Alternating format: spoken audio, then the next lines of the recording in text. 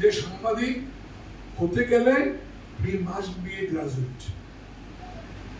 এই হলো first finding, he must be a graduate.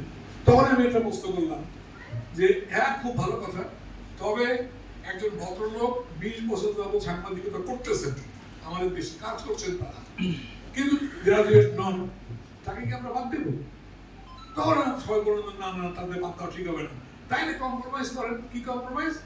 তাহলে যারা এক্সপিরিয়েন্স লোক আছেন, গ্রাজুয়েট না হলেও তাদেরকে আমরা গ্রহণ করবো, রাখবো।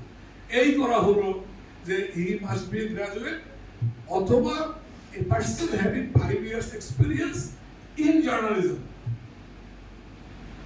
এটা হলো পাস।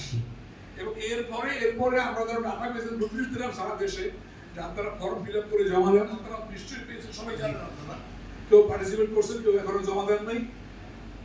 এই ফর্মটা একটা ফর্ম তৈরি করা হলো, সেই ফর্মে এই কথাটা লেখা আছে যে আপনি কতটুকু লেখাপড়া করেছেন, তারপরে আপনি চাকরিতে থাকলে পরে কবে জয়েন করেছেন, ডেট অফ অ্যাপয়েন্টমেন্ট, অ্যাপয়েন্টমেন্ট লেটারে কবে দিতে হবে, সম্পাদকের দস্তখত দিতে হবে।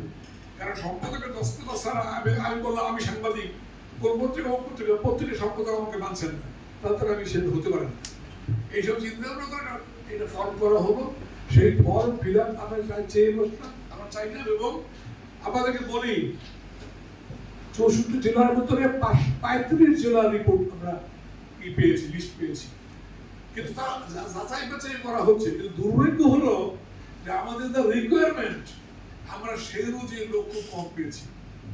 আপনার অ্যাবাউট 1/4 টিকেছে, আর 3/4 বাদ গিয়েছে। বাদ গিয়েছে মানে বাদ না, তাদের কিছু শর্টেজ আছে। যেমন ধরেন পুলিশ বলছেন আমি 10 ইয়ার্স এক্সপেরিয়েন্স, কিন্তু অ্যাপয়েন্টমেন্ট লেটার দেন নেই, তাহলে অ্যাপয়েন্টমেন্ট তাকে দিতে হবে। এই যে শর্টেজ, এই জন্য তাকে এখন পর্যন্ত সম্পাদকের দস্তখত নাই ফর্মে।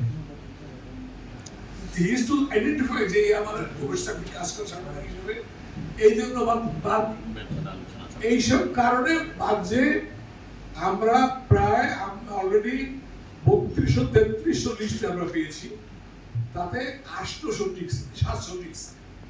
তবে এর অর্থ এই না যে এরা বাদ যাবে, তা না। এদেরকে আবার জানানো হবে যে আপনারা এই জায়গায় সরকার আছে, যে ফিল আপ করতে